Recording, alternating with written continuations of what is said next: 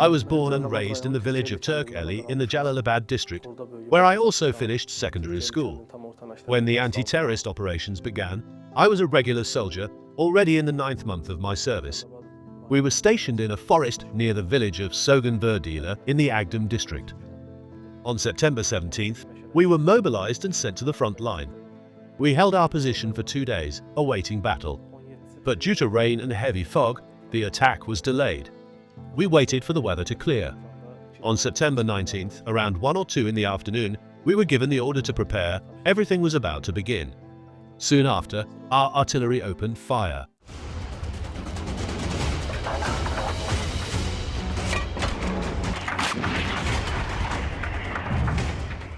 We moved forward and struck the enemy. It was one of the most difficult days of my life. I lost many friends and brothers in arms that day. The hardest part was evacuating the wounded from the battlefield. I was injured myself, but despite the pain, I kept helping others so that none of our fallen brothers would be left behind under fire. It was a terrifying ordeal. But that operation was a turning point. It fully restored Azerbaijan's sovereignty. I am proud to have taken part in it, to have fought for the freedom of my homeland. The person who stood beside me throughout the war was my closest friend, a martyr from Goygel, Amin Hasanov. We served in the same unit, lived in the same room, and slept on neighboring bunks. He was my support, and his death was the greatest loss I have ever experienced. I remember when we captured an enemy post. We sat down, exhausted, pausing to catch our breath. He was sitting to my right, drinking water. Suddenly, shelling began. It all happened in an instant. I lost consciousness. When I came to my senses, there was blood all around me. I thought I had lost an eye. My vision was blurry, and the pain was unbearable. Only later, at the hospital, did I find out that my eye had been saved. I turned to Amin. He was still sitting in the same position, but blood was flowing from his face. I slapped his cheeks, called out to him, tried to wake him up, but he never opened his eyes again. My heart was torn apart by helplessness. As the shelling intensified, we were forced to retreat because if we had stayed, all of us, the wounded and I, would have died. We carried the bodies of our fallen comrades off the field, so they wouldn't be left behind. At that moment, I heard the voice of our sergeant, Shaydev. I called out to him, but he didn't recognize me. My face was so wounded it was unrecognizable. I raised my hand as a signal. He understood, came over, and pulled me out. The fact that I survived is thanks to him. May Allah reward him. All night, until the end of the battle, he never let go of my hand. He led me through the dark when I had gone blind from swelling and cold. In the morning, as the battle subsided, we received the joyful news. The enemy had been defeated and surrendered. It brought a sense of relief. But the joy was bittersweet. Soon, the names of the fallen were read out, and among them were my dearest friends. These memories are a wound that will never heal. But I keep them as part of my destiny, as proof of the price we paid for our country's freedom. Those were incredibly difficult days. May Allah have mercy on the fallen and give patience to their families. We were evacuated from our positions to the village of Serkavend in Agdam, and from there to a hospital in the village of Sarijali. A doctor examined me and said, "Your eye is intact." Hearing those words, I felt relief and deep gratitude to Allah. The worst did not come to pass.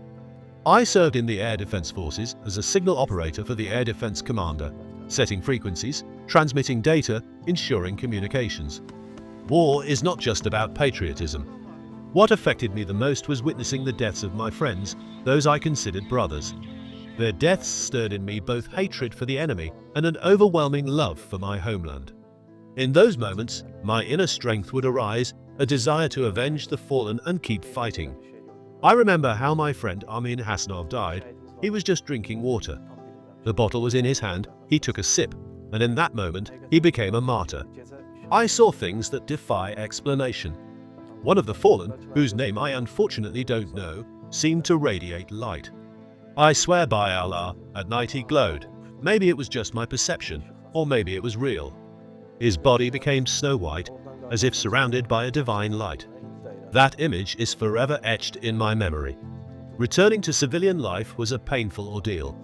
It's impossible to forget, impossible to erase from memory. These images are burned into my mind like trauma.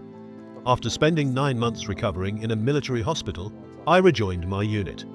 After demobilization, I tried to live a normal life, but for a long time I couldn't adjust. I didn't leave the house, avoided people and society. After everything I had been through, the world felt foreign. I couldn't relate to people. And to be honest, even now, much remains the same. I can't sleep at night.